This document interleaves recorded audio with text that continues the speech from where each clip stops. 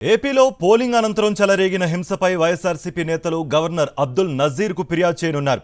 ఈ సాయంత్రం వైఎస్ఆర్సీపీ నేతల బృందం గవర్నర్ను కలవనుంది. సీనియర్ మంత్రి బొత్స సత్యనారాయణ ఆధ్వర్యంలో గవర్నర్ను కలిసి ఫిర్యాదు చేయనున్నారు నేతలు.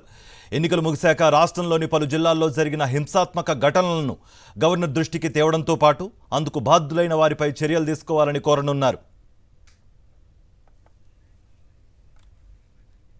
ఇదే అంశానికి సంబంధించి మరింత సమాచారం మా ప్రతినిధి వినాయక్ రావు అందిస్తారు.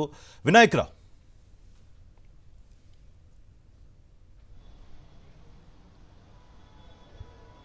కార్తీక్, ఈరోజు సాయంత్రం 4:15 వైఎస్ఆర్సీపీ మంత్రి బొత్స సత్యనారాయణ ఆధ్వర్యంలో వైఎస్ఆర్సీపీ బృందం రాష్ట్ర గవర్నర్ అబ్దుల్ నజీర్ని కలవబోతున్నారు. ఇందుకు సంబంధించి ఇప్పటికే అపాయింట్మెంట్ కూడా తీసుకోవడం జరిగింది. రాష్ట్ర వ్యాప్తంగా ఎన్నికల సమయంలో కానీ ఎన్నికల ముగిసిన తర్వాత తెలుగుదేశం పార్టీ నేతలు వైఎస్ఆర్సీపీ నేతల మీద, వారి ఇళ్ల మీద తెగబడుతున్న వైనం మీద దాదాపుగా ఒక 21 ఘటనలకు సంబంధించి పూర్తి స్థాయిలో ఇప్పటికే డీజీపీకి అదేవిధంగా ఎన్నికల కమిషన్ కూడా ఫిర్యాదు చేయడం జరిగింది. ఈ నేపథ్యంలోనే ఈ ఘటనల మీద ఈరోజు సాయంత్రం రాష్ట్ర గవర్నర్ అబ్దుల్ నజీర్ని ఆయన బంగ్లాలో కలవబోతున్నారు. ఇందుకు సంబంధించి పూర్తి ఆధారాలతో ఇప్పటికే ఎన్నికల కమిషన్కి ఫిర్యాదు చేయడం జరిగింది.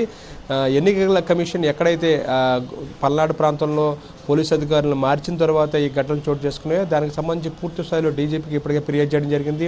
ఎన్నికల కమిషన్ పూర్తి స్థాయిలో నిర్లక్ష్యంగా వ్యవహరిస్తుంది. ఈ ఘటన మీద పూర్తి స్థాయిలో ఇప్పటివరకు కూడా ఎటువంటి చర్యలు తీసుకోలేదంటూ కూడా వైఎస్ఆర్సీపీ నేతలు ఆగ్రహం వ్యక్తం చేస్తారు. మాచర్ల ప్రాంతంలో 6 చోట్ల రీపోలింగ్ నిర్వహించాలంటే ఇప్పటికే అంబటి రాంబాబు ఎన్నికల కమిషన్ దృష్టికి తీసుకురావడం జరిగింది. ఈ నేపథ్యంలోనే అక్కడ పోలీసు అధికారులు తెలుగుదేశం పార్టీ కొమ్ము కాస్తున్నారు. ఎన్నికల సమయం ముగిసిన తర్వాత, పోలింగ్ ముగిసిన తర్వాత పోలీసు అధికారులు ఏకపక్షంగా వ్యవహరించారు. ఈ నేపథ్యంలోనే అక్కడ ఈ ఘటనలందరికీ కూడా పోలీసు అధికారులు తెలుగుదేశం పార్టీతో కుమ్మక్కు కావడమే కారణం అంటూ కూడా దీనికి సంబంధించి ఆధారాలతో సహా 21 ఫిర్యాదులను ఎన్నికల కమిషన్ దృష్టికి కూడా నిన్న తీసుకురావడం జరిగింది. ఈ ఘటనలన్నిటికీ కూడా ప్రధాన కారణం చంద్రబాబు నాయుడు. ఈ నేపథ్యంలో చంద్రబాబు నాయుడు మీద చర్యలు తీసుకోవాలని కూడా ఆ ఘటనలకు సంబంధించి అంటే తిరుపతి జిల్లా కావచ్చు, అదేవిధంగా అనంతపురం జిల్లా కావచ్చు, మరోవైపున కొన్ని జిల్లాలు ఏదైతే మాచర్ల కావచ్చు, పల్నాడు జిల్లా కావచ్చు, ఈ విధంగా ఆ ప్రాంతాలన్నిటికి సంబంధించి 21 ఆధారాలతో 21 ఫిర్యాదులు చేయడం జరిగింది.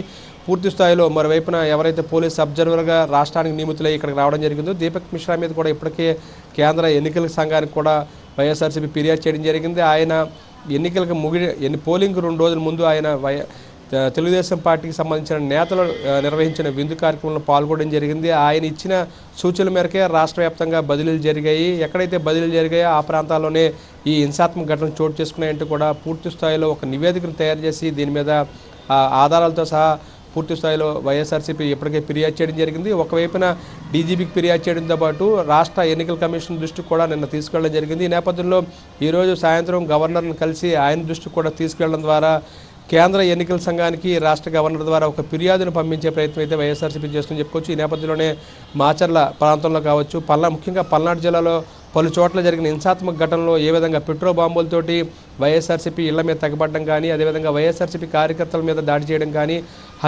హత్యా సంఘటనలు కానీ, అదేవిధంగా తీవ్ర స్థాయిలో తెలుగుదేశం పార్టీ కార్యకర్తలు పోలీసుల సహకారంతో ఏ విధంగా తెగబడింది అనే దాని మీద పూర్తి స్థాయిలో ఆధారాలు ఇప్పటికే సమర్పించడం జరిగింది. ఈ నేపథ్యంలోనే సాయంత్రం 4:15 గవర్నర్ను కలిసి ఫిర్యాదులన్నింటినీ కూడా మరోసారి చేయబోతున్నారు. పూర్తి స్థాయిలో వైఎస్ఆర్సీపీ మీద జరుగుతున్న దాడులు నిరోధించడంతో పాటు దాడులకు ప్రధాన కారణమైన చంద్రబాబు మీద చర్యలు తీసుకోవాలని కూడా కోరబోతున్నట్టుగా మనకు తెలుస్తుంది. రైట్ వినాయక్.